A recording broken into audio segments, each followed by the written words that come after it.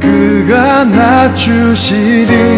우리가 낮아지면 그가 높이시리. 하나님이 원하시는 세상으로 아벨처럼 살기입니다. 가인처럼 살고 싶지만은 가인의 결국을 우리가 아니까 아벨처럼 살기라고 해서 아벨처럼 우리의 인생이 맞춰질 수 있는 그런 삶으로 결단할 수 있는 그런 말씀으로 함께 받기를 원합니다. 오늘 가인이라고 하면 하와의 첫째 아들입니다. 아담과 하와가 범죄하고 난 이후에 얻은 아들이기 때문에 참 귀한 아들 아니겠습니까? 에덴 동산에서 쫓겨났습니다. 그리고 생명나무가 갇혀버리고 그들은 도무지 구원받을 수 있는 가능성은 완전히 사라져 있는 상태로 쫓겨난 자들인데 거기에서 아들을 얻게 되어졌습니다. 그래서 그 아들을 얻게 되어진 하와는 어떻게 이야기를 하느냐? 가인을 낳고 이르되 1절에 내가 여호와로 말미암아 득남하였다. 얼마나 기뻤는지 하나님이 나에게 주셨다라고 고백을 하는 아들을 낳고 기뻐하고 감사하고 있습니다. 창세기 3장 24절에도 보면 하나님이 그 사람들을 쫓아내시고라고 기록합니다. 하나님께서 하나님 앞에서 쫓겨남을 당한 아담과 하와, 그들에게 새로운 생명이 잉태됨으로 인하여서 새로운 역사가 시작되어졌다 라는 것처럼 보여지고 있는 그런 장면입니다.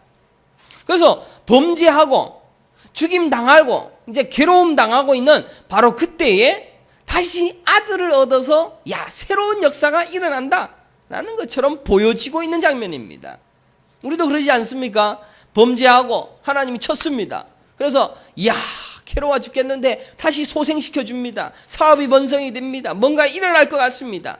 그래서 하나님이 다 용서해 줬는갑다 라고 생각을 하는 그런 본문으로 인용을 하기도 합니다. 첫째 아들을 낳은 하와의 감격을 한번 상상해 보십시오. 얼마나 기뻤겠습니까? 행복했겠습니까? 자신의 천지로 분명히 저주받아서 쫓겨났습니다. 자기가 살 수 있었던 에덴 동산에서 더 이상 살 수가 없어서 쫓겨난 상태에서 화려하고 좋은 에덴 동산에서 거부당하였고 하나님께서 벌받은 자였고 죽임당하는 자였고 부끄러운 자였던 그에게 가인이라는 아들을 주셨는데 하나님으로 말미암아 여호와로 말미암아 득남하였다라는 이름을 가진 아들을 얻었으니 얼마나 기뻤느냐. 말로 표현할 수 없습니다. 말로 표현할 수 없는 기쁨을 가진 자가 하와였을 것입니다. 자신에게 주어진 두 번째 기회입니다. 그래서 이 아들을 통하여서는 내가 반드시 성공하리라, 행복하리라, 기뻐하리라. 그러나 그 아들의 결국이 어떠합니까? 나중에 자기 동생 아벨을 죽여버리고 결국 아이는 하나님 없는 자가 되어짐으로 끝이 나는 그것이 바로 본문의 성경에 드러나고 있습니다. 이 그림을 우리는 반대로 이해를 해서 가인처럼 성공하는 것으로 하나님이 함께 하신다라는 것으로 갑니다. 그래서 교회의 번성과 번영으로 가게 되어지는 여러 가지 모습으로 가게 되어지는데 그 결국이 어떠하다는 것을 성경은 제시하고 있음에도 우리는 그것으로 만족하며 산다. 결국 아벨의 이야기는 온데간데 없습니다. 자, 그런 결론적으로 벌써 말씀을 드렸고 그런 것을 구체적으로 오늘 말씀을 통해 살펴보려고 하고 있습니다. 가인은 아담과 하와의 죄로 인하여 부끄러운 자신들의 과거를 덮어줄 기가 막힌 은혜의 상징이 가인이었습니다. 왜? 그의 이름을 여호와로 말미암아 득남하였다라고 지었기 때문입니다. 생긴 것도 잘생긴 모양입니다. 믿음직스러운 장남이었습니다. 하와는 이제 에덴에서 쫓겨났습니다. 모든 것을 다 잃어버렸습니다. 그러나 그에게 주신 하나님의 약속을 기억했습니다. 그래서 다시 회복시켜 주겠거니, 다시 역사하여 주시겠거니, 창세기 3장 15절의 말씀으로 여자의 후손은 뱀의 머리를 상하게 할 것이다. 뱀의 머리를 상하게 할 일이 벌써 일어났어? 그래서 가인의 탄생을 축하하면서 이 가인으로 말미암아 뭔가 재생되어질 것을 기대하고 있었습니다. 그 언약의 성취를 손꼽아 기다렸던 하와에게 가인이 여자의 후손이었고 첫째 아들 장남으로서 자신의 모든 가오와 죄를 덮어줄 유일한 희망으로 자신의 아들을 바라보고 있었다는 겁니다. 그래서 그들 아들의 이름을 뭐라고 합니까? 야훼라는 그러한 이름으로 지었습니다. 여호와로 말미암아 등남하였다. 이 에트는 영어의 with하고 똑같은 단어입니다. 그러니까 야훼는 하나님이죠. 그러니까 에트는 명사를 목적어로 만들 때 아무 의미 없이 목적어를 만드는 단어라고 합니다. 그러니까 직역을 하면은 여호와와 함께 아들을 낳았다. 아니면 여호와를 낳았다. 야훼이기 때문에 여호와를 낳았다 라는 그러한 단어로 해석을 할 수 있는 단어입니다. 그러면 여호와를 낳았다, 여호와와 함께 아들을 낳았다, 이것은 가인에 대한 특별한 애정입니다. 아니, 자신의 인생에 대한 아주 특별한 고백입니다. 얼마나 자신에게 주어진 언약의 생치에 대하여서 갈구했는지를 드러내고 있는 단어입니다. 언약의 성취를 통하여 자기의 후손이 뱀의 머리를 상하게 할 겁니다. 자기를 이기게 할 겁니다. 약속의 후손인 첫째 아들 가인을 통하여서 이 일을 이뤄냈다. 기뻤습니다. 기뻐할 만하지 않습니까? 내가 여호와를 낳았다. 내가 여호와로 말미암아 등남하였다. 야훼. 이런 가인이라는 이름을 지었고 그는 이제 행복의 날을 꿈꾸기 시작했습니다. 하와는 가인으로 인하여 자신감을 가지고 힘을 가지게 되어지고 용기를 가지고 소망을 하게 되어졌다는 겁니다. 기독교인들도 똑같은 착각을 합니다. 누구 하나 잘 되면 하나님의 복이다. 뭔가 크게 이루어지면 하나님의 복이다. 장로가 되면 복 받는다. 그래서 장로 된다 그러면은 장로에게 헌금도 많이 해서 그걸로 몇 배로 갚아준다라고 이렇게 얘기하지 않습니까? 똑같은 이치입니다. 물질적인 복을 기대하게끔 하는 목사들이 얼마나 비성경적인지 모릅니다. 가인도 똑같이, 하와도 똑같이 여호와로 말미암아 등남하였다, 여호와를 낳았다라는 그런 마음으로 자신의 처지가 다시금 회복되어질 것을 기대하는 마음으로 자신의 아들 낳음, 현세적인 그러한 은혜들을 자신의 인생의 모든 영적인 문제까지도 해결되어질 것을 기대하는 마음으로 바라보고 있었다는 것이죠. 결국 가인은 선택된 자로서의 기대를 완전히 저버리는 자로 끝이 나버립니다. 하나님께 제사를 드렸는데 자기 제사는 안 받고 아벨의 제사만 받았기 때문에 아벨을 돌로 쳐 죽입니다. 죽이는 자가 되어지고 그는 선택된 하나님의 계보, 여자의 후손을 낳을 계보를 잊지 못하는 선택받지 못한 자로 끝이 나버립니다. 그럼에도 헷갈리는 수많은 증거들은 계속해서 나오고 있습니다. 15절을 보십시오. 15절에 보면 여호와께서 그에게 이르시되 그렇지 아니하다. 가인을 죽이는 자는 벌을 7배나 받으리라 하시고 가인에게 표를 주사 그를 만나는 모든 사람에게서 죽임을 면하게 하시니라. 심지어 하나님은 가인을 보호하시겠다라는 약속도 하십니다. 16절을 보십시오. 16절은 더 기가 막힌 모습들이 나옵니다. 가인의 자손에게 대하여 살펴보면 의문점이 더 더해집니다. 가인의 후손 중에는 가축을 치는 자의 조상인 야발, 21절에는 수금과 퉁손을 잡는 모든 자의 조상인 유발, 22절에는 구리와 쇠로 여러 가지 기구를 만드는 자의 조상인 두발 가인을 낳습니다. 문화의 정복자이죠. 게다가 가인의 자손 중에 라멕은 24절을 한번 같이 읽겠습니다. 시작. 가인을 위하여는 벌이 7배일진데 라멕을 위하여는 벌이 77배 이리로다. 가문을 더 보호해 주시겠다라고 하나님이 약속하시는 장면을 성경은 또 기록하고 있습니다. 설상가상으로 가인의 후손들에게 주시는 확고한 보호의 약속이 기록되어져 있을 뿐입니다. 가인의 후손은 실로 모든 문화와 경제와 사회의 최후의 승자가 되는 모습이고 보호받은 자이고 어디를 가도 함께 하시며 어디를 가도 보호해 주시고 후손까지도 완벽한 보호와 인도하여 주심으로 함께 해주시는 승리자의 모습으로 기록되어 있습니다. 어떤 교회에, 가까이 있는 교회에 어떤 연예인이 와서 간증을 합니다. 자기는 교회만 열심히 다녔는데 뭘 해도 돈을 준다 이거죠. 뭘 해도 돈. 예수 믿고 난 다음에는 아니 옛날에는 빚쟁이로 그렇게 고생하다가 이렇게 돈을 풍성하게 누려본 것은 예수 믿고 나더라.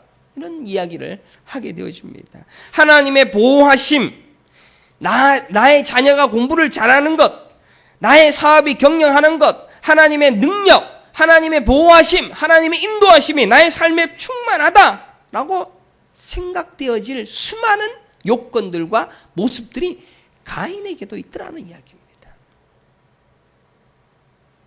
그러나 끝은 하나님만이 알고 계시겠지만 우리가 생각하는 소위 복받는 계보는 우리의 판단 기준이 꼭 물질과 성공에 근거하고 있다는 것으로 끝이 나고 있는 이 시대 교회들의 모습이 바로 여기에도 등장하고 있다는 이야기입니다. 가인이 태어났을 때로 돌아가 봅시다. 분명히 기대를 받고 태어난 아들이었으며 하와는 자신의 약속의 성취로 인한 감격을 표현하고 있습니다. 나중에 커서는 이 아들이 뭘 합니까? 성을 쌓습니다. 거기에서 보호받는 약속을 받았습니다. 7배나 보호해 주시겠다라고.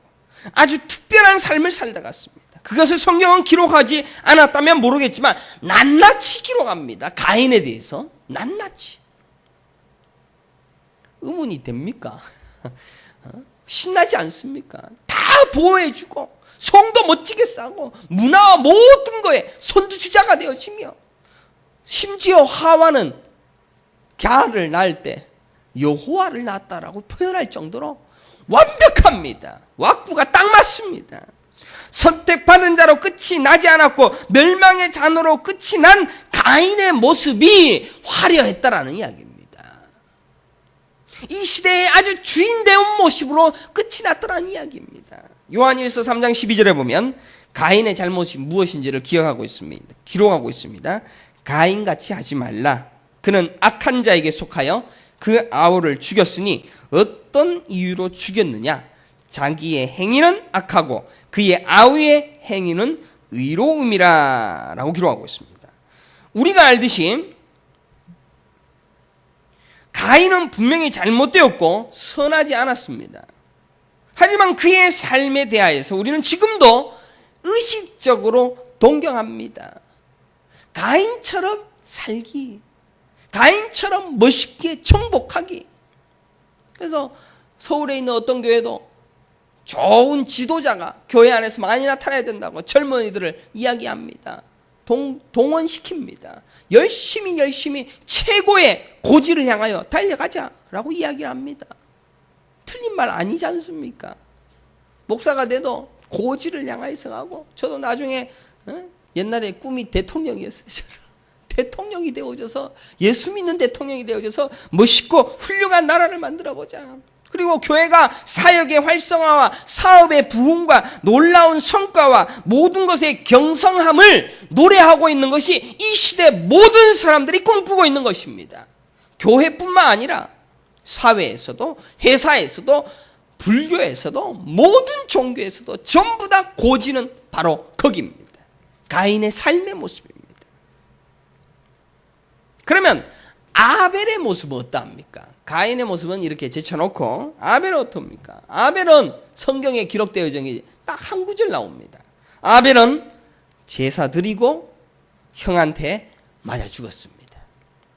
아벨이 한 일이 성경에 기록되어져 있는 것은 고작 4절에 나옵니다. 4절 한번 볼까요? 아벨은 자기도 양의 첫 새끼와 그 기름으로 드렸더니 여호와께서 아벨과 그의 제물은 받으셨으나 라고 기록하고 있습니다. 양의 첫 새끼와 그 기름으로 드렸다. 그거 한 거 외에는 아무것도 없습니다. 그리고 그냥 8절에 보면 그냥 아벨이 형에게 쳐 죽임을 당한 것 외에는 기록된 것이 없습니다. 그의 삶에 대해서 이렇다 저렇다 얘기한 것도 없습니다. 더구나 하와가 아벨을 낳고 난 다음에 어떠저떠 하더라 라고 표현하지도 않습니다. 아벨에 대해서는 말씀드릴 것도 없고 그의 삶에 대해서 평가할 것도 아무것도 없습니다. 아벨을 낳았을 때 하와가 어떤 기분이었다라는 언급도 찾아볼 수가 없습니다. 아벨에 대하여서 그가 또 가인의 아우 아벨을 낳았는데 그게 답니다. 그러니까 아벨은 별로 기대도 안 했다는 이야기죠. 아무 설명도 아무 감격도 없습니다. 게다가 아벨이라는 단어의 이름이 뭐냐? Nothing. 아무것도 아니다. Nothing이다. 그게 아벨입니다.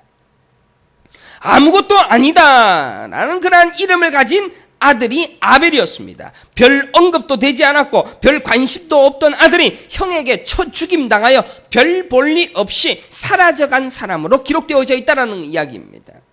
가인에 비해서는 정말로 보잘것없는 사람입니다. 25절을 보십시오. 한 번 더 나옵니다. 아담이 다시 자기 아내와 동침하매 그가 아들을 낳아 그의 이름을 셋이라 하였으니 이는 하나님이 내게 가인이 죽인 아벨 대신에 다른 씨를 주셨다 함이며 라고 기록합니다. 소위 말하는 가인 라인에 등장하는 화려함과 경성함은 아벨 라인을 눈을 씻어보아도 찾을 수가 없습니다. 그렇지 않습니까?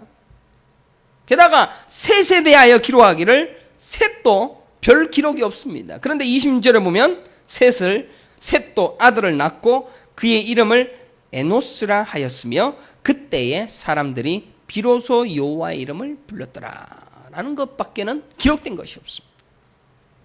가인은 분명히 수금, 퉁소, 조상이 된 사람들이고 구리, 쇠로 기구를 만드는 자의 조상이고 성을 쌓은 에녹이라는 큰 성의 주인이 되어진 아들이 자기 아들이었습니다. 가축을 치는 자의 조상이 되어진 야발의 이야기가 그의 자손 가운데 나타나고 있습니다. 가인을 위하여서는 벌이 7배일 때 라멕을 위하여서는 벌이 77배라는 거창한 설명과 더불어 거창한 노래까지 하는데 가인의 인생은 화려합니다. 누가 봐도 가인 라인이 대세입니다. 아벨 라인은 아무것도 없습니다. 아벨은 제사 드리다가 죽었습니다. 그 대신에 셋이 태어났고 그들이 여호와의 이름을 불렀더라. 그것밖에 없습니다. 그럼 도대체 기독교가 뭡니까? 왜 이런 말씀을 성경의 창세기에 기록했습니까? 창세기 이런 말씀이 얼마나 기가 막힌 말씀인데 이런 지면도 모자라는 곳에 이런 얘기들을 가득 실어놨을까요?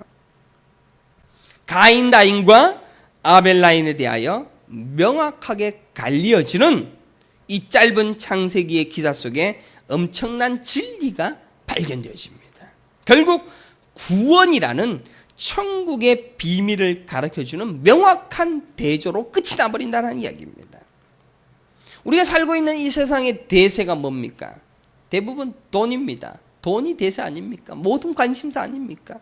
종이로 만들어진 돈이 우리로 웃게 하고 울게 하고 그것을 위하여 땀을 흘리고 그것을 위하여 모든 것을 희생하고 심지어 그것 때문에 목숨까지도 바치기도 합니다. 그죠? 불이 난 거기에 내가 애써 만든 그 재산 그거 위하여서 들어갔다가 거기서 움켜잡고 죽지 않습니까? 그런 장면 나오지 않습니까? 마치 가인이 농부인 것처럼 우리도 돈의 노예입니다. 제가 2절 말씀을 다시 한 번 더 원어로 살펴보면 여기에 보면 가인은 농사하는 자였더라. 여기에도 엄청난 의미가 숨겨져 있습니다. 아다마, 아바드, 하야. 가인은 농사하는 자였다. 아다마, 아바드, 노예. 아다마는 흙입니다. 아바드는 노예입니다. 하야는 되다라는 뜻이죠. 그러니까 흙의 노예가 되었더라라는 게 농사를 지었더라라는 이야기입니다. 흙의 노예가 되었더라. 우리도 돈의 노예가 되었더라. 조금 더 우리는 우리의 시간 속에서 돈이라는 그 희망을 쫓아서 한 번도 안심하고 쉬어본 적이 없습니다. 저도 마찬가지입니다. 우리 모두가 그렇습니다. 얼마나 돈의 노예가 되어 있는지 우리 스스로도 모를 정도로 심각한 처지에 이르렀습니다. 선교도 돈이 있어야 되고 교회도 돈이 있어야 되고, 아니 교회 일 하는데도 돈이 있어야 된다라고 착각하고 있습니다. 돈이 당장 떨어지면 아무것도 못한다고 말합니다. 돈이 우리로 불행하기도 합니다. 그래서 돈이 있으면 성공한 것 같습니다. 가인이 대세인계처럼 여겨지는 세상 속에서 우리가 살고 있습니다. 우리가 사는 세상은 가인의 세상입니다. 진짜 아벨의 그냥 제사 드리다가 죽었던 자들의 이야기들은 그냥 숨겨지고 사라지고 없어지지, 가인의 세상 속에 살기에 가인의 이야기들로만 가득한 간증으로 교회들은 부흥하고 발전하고 성장하고 있는 이야기들로 가득 차 있습니다. 어떤 목사가 개척을 했는데 일주일 만에, 한 달 만에 얼마가 모였더라. 와! 아벨은 기억도 되지 않습니다. 제사하다가 죽었고 죽음으로 낳은 세세가에 이어져는 약속의 지속성도 눈에 들어오지 않습니다. 오로지 가인의 이야기만 나옵니다. 여기에 드러나 있는 결국 아벨과 셋의 이야기에 집중하기보다 예수님을 기억해 보십시다. 예수님은 어떤 삶을 살았습니까? 이사야 53장에 기록된 대로 예수님은 연한 순 같고 마른 땅에 나온 뿌리 같아서 고운 모양도 없고 풍채도 없은즉 우리가 보기에 흠모할 만한 아름다운 것이 없도다.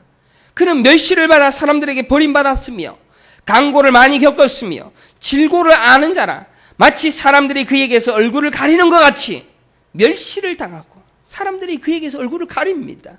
보기 싫다라고. 우리도 그를 귀히 여기지 아니하였도다라고 기록하고 있는 것이 예수님입니다.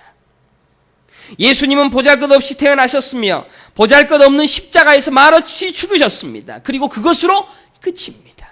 끝이 나버립니다. 그리고 그의 죽음으로 인하여 셋이 태어났듯이 마지막 심판의 때는 곳곳 우리에게 시시각각 다가오고 있습니다. 그럼에도 우리는 이 진짜 구원의 길을 배우기보다는 가인의 길을 열심히 교회에서 배우고 있습니다. 여태껏 잘되고 번성하고 부하고 강한 자들의 길이 구원을 확증하는 것이고 증명하는 것이다라고 간증하며 그 이야기들로 책에서 난리가 나는 그것으로 소란을 떨고 있는 것이 기독교입니다. 사랑하는 성도 여러분, 우리는 아벨의 길을 가는 게 맞습니다. 믿으시기를 간절히 축원합니다. 아벨의 길이 밖에 없습니다. 아벨의 길이 유일한 천국의 길입니다. 예수님이 똑같이 사셨습니다. 예수님이 제사드리다 돌에 맞아 죽었습니다. 아벨이 예수 그리스도의 형상, 예수 그리스도의 모습을 드러낼 뿐입니다. 예수님이 죽으심으로 구원받을 자인 우리가 살아나게 된 것처럼 아벨이 죽음으로 셋이 태어난 그 셋을 통하여 약속의 계보를 이어가고 있음을 기억해야 됩니다. 우리는 지금 죽어야 됩니다. 아벨처럼 제사드리다가 죽어야 됩니다. 많은 시련과 고난과 핍박과 아픔 속에서도 하나님을 최우선으로 예배하는 자로 살다가 그렇게 죽어가는 겁니다. 스가랴 13장 8절에 보면 여호와가 말하노라. 이 온 땅에서 3분의 2는 멸망하고 3분의 1은 거기 남으리니 내가 3분의 1을 불 가운데 던져 은같이 연단하며 금같이 시험하리라. 자, 3분의 2가 있는데 요거는 멸망시켜놓고 3분의 1을 어디로 데려가느냐? 불로 연단하십니다. 불로 연단해서 은같이 연단하며 금같이 시험할 것이다. 우리는 거기에 들어가 있습니다. 믿으시기를 간절히 축원합니다. 나는 말하기를 이는 내 백성이라 할 것이요 그들을 말하기를 여호와는 내 하나님이라 하시리라. 하나님의 선택된 백성 3분의 1이 은같이 시험당하며 금같이 연단당하는 그곳으로 끌고 가신다라고 스가랴서는 말하고 있습니다. 하나님의 심판의 때에 3분의 2는 어디 간지도 모르고 멸망당합니다. 그리고 3분의 1이 남아있게 됩니다. 세상에 살면서 가인의 길은 넓고 편하며 안심할 수 있고 믿음직스럽습니다. 그러나 아벨의 길은 뭔가 의심스럽고 고난받는 길이며 연단의 과정이 숨겨져 있습니다. 결국 심판이 오게 됩니다. 심판받을 자들에게는 그 불은 완전한 죽음의 불입니다. 하지만 구원받을 자에게는 그 불이 연단의 불이 될 것입니다. 반드시 불 가운데 던져져서 은같이 금같이 연단하고 정제되어져서 거룩한 하나님의 백성으로 끝이 나버리는 천국의 완성을 가르치고 있습니다. 베드로전서 1장 6절에 보면 너희 믿음의 확실함은 불로 연단하여도 없어질 금보다 더 귀하여 예수 그리스도께서 나타나실 때에 칭찬과 영광과 존귀를 얻게 할 것입니다. 구약에서 언급된 불의 심판은 신약에도 똑같이 등장합니다. 베드로전서 4장 12절에 보면 사랑하는 자들아 너희를 연단하려고 오는 불시험을 이상한 일 당하는 것 같이 이상히 여기지 말고 오히려 너희가 그리스도의 고난에 참여하는 것으로 즐거워하라. 이는 그의 영광을 나타내실 때에 너희로 즐거워하고 기뻐하게 하려 함이라 라고 기록합니다. 불시험은 반드시 하나님의 백성들, 자기 백성에게 주어지는 은혜인 줄 깨닫기를 간절히 축원합니다. 그래서 자기 부인의 자기 죽음의 그 길로 인도하는 불시험이 우리 시험 삶 속에 계속 나타나는 것을 감사히 여기라는 거죠. 우리는 예수님께서 부활하시고 다시 오심하신 재림을 기다리는 성도입니다. 만약 그것이 확실하다면 우리는 불로 시험을 당할 것입니다. 그것을 기다리는 자가 불로 시험을 당합니다. 그것이 지금 이 시대는 우리가 당할 고난들입니다. 마치 가인이 화려하게 살았던 삶과 대조적으로 구차하게 힘겹게 무시당하고 괴로움당하고 아벨과 같은 삶을 살게 된다는 이야기입니다. 계속해서 우리는 이 땅에서 내 자신과의 싸움에서 죽어가고 타인에 의하여 핍박당하며 그것에서 결국 죽어가는 자기 죽음의 길로 아벨처럼 쳐맞아 죽는 겁니다. 그리고 내가 죽음으로 인하여 셋이 태어나는 그 영광스러움을 이 땅에서 경험하는 것입니다. 기독교를 무엇으로 생각합니까? 이 시대의 기독교는 경성함과 부와 힘을 가르칩니다. 칼빈이 자본주의와 결탁하여 종교개혁을 했습니다. 자본주의를 떼어내지 않고 여태껏 붙어서 자본주의와 끝까지 범죄하고 있는 것이 이 기독교입니다. 개신교가 그렇습니다. 진짜 기독교는 고난을 말하는 것입니다. 심판을 말하는 것입니다. 천국을 말하는 것입니다. 회개와 자기 부인을 말하는 것입니다. 이 땅에 사는 70년, 80년 인생은 사실 우리의 테스트 기간입니다. 이 땅은 곧 불로 심판하게 됩니다.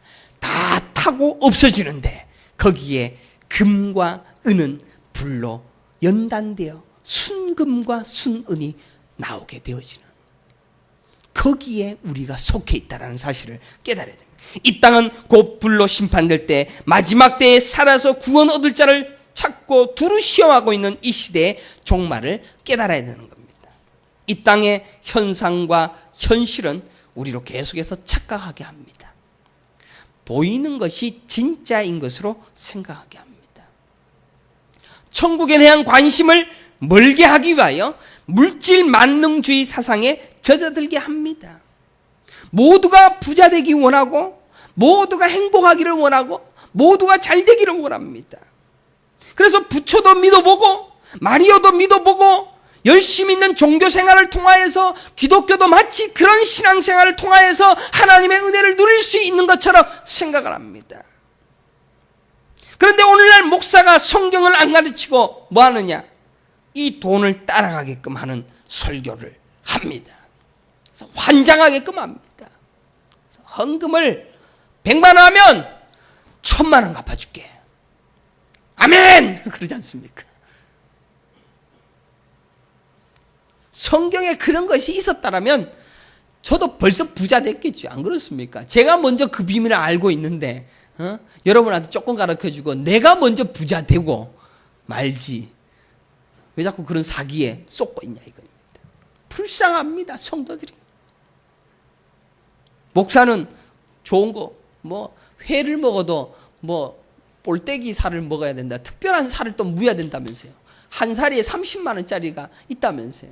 목사는 그런 거 먹고 그것 억지로 팔아서 모아갖고는 갖다 주고 있는 그런 교인들의 모습들이, 피 빨아먹는 목사들이 이 땅에 가득하다는 이야기입니다. 그리고 이런 설교 듣고자 앉아있는 여러분들도 참 대단하십니다. 존경합니다.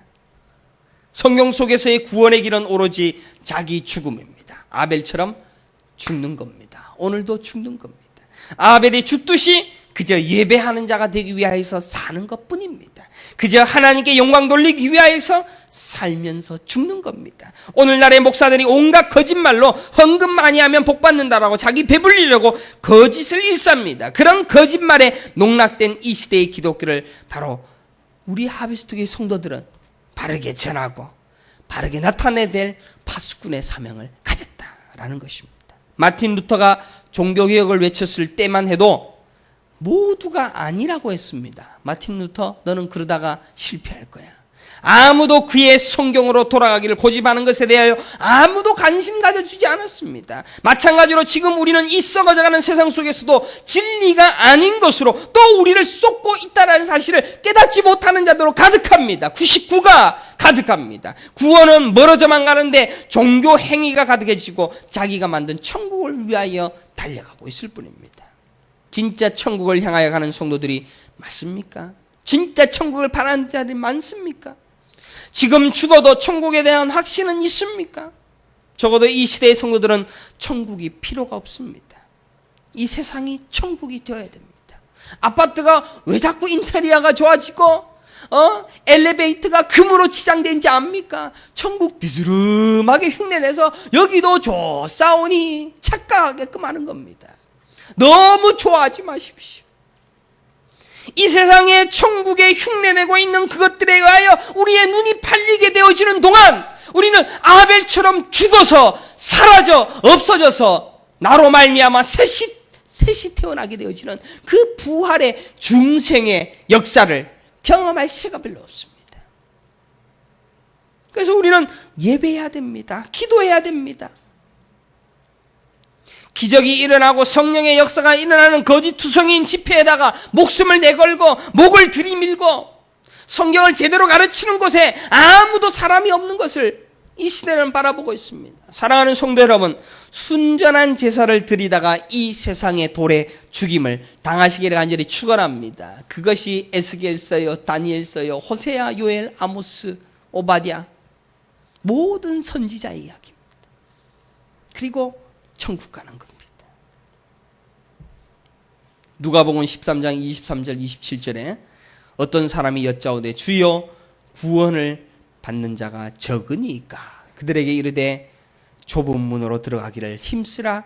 내가 너에게 이르노니 들어가기를 구하여도 못하는 자가 많으리라. 집주인이 일어나 문을 단번 닫은 후에 너희가 밖에 서서 문을 두드리며 주여 열어주소서 하면 그가 대답하여 이르되 나는 너희가 어디에서 온 자인지 알지 못하노라 하리니 그때 내가 이가 말하되 우리는 주 앞에서 먹고 마셨으며 주는 또한 우리를 길거리에서 가르치셨나이다 하나 그가 너희에게 말하여 이르되 나는 너희가 어디에서 왔는지 알지 못하노라. 행악하는 모든 자들아 나를 떠나가라 하리라고 기록하고 있습니다. 이 장엄한 예수님의 말씀을 다시금 기억해야 됩니다. 마태복음 7장 13절 14절에도 좁은 문으로 들어가라. 멸망으로 인도하는 문은 크고 그 길이 넓어 그리로 들어가는 자가 많고 생명으로 인도하는 문은 좁고 길이 협착하여 찾는 자가 적을 것이라. 이 땅에서의 무엇이 정답인지를 정확하게 알아갈 수 있는 믿음의 성도들이 되시기를 간절히 축원합니다. 저 천국이 우리에게 곧 오게 되어집니다. 아니 오늘 당장 잠을 자다가 내일 아침에 눈 뜨지 못하면 눈 뜨는 그 순간에 천국일 것입니다.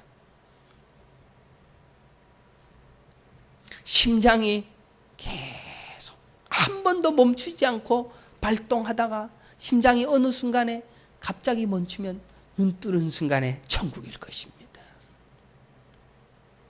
차로 가다가 사고가 나서 교통사고 나서 즉사하는 그 순간에 우리는 천국에 가 있을 겁니다. 그러니 천국을 가슴에 품으면서 오늘도 죽습니다. 내 삶의 어떠한 형편 하나님은 가난하지 않습니다. 그래서 우리에게 넉넉한 은혜로 베풀어 주시기도 합니다. 풍성하게 채워주시기도 합니다. 그러나 거기에 쏟지 말라는 겁니다. 거기에 현혹되지 말라는 겁니다. 오히려 우리는 내 삶에서 오늘도 나는 죽습니다. 그래서 누가 뭐라 해도 허허거릴 수 있고, 누가 뺨을 때리면 오른뺨도 갖다 허허 때리시오, 누가 오리를 가자면 심리로 가겠습니다 라고 얘기하는 죽어주는 자, 아벨처럼 살아가는 자가 되어지기를 간절히 축원합니다.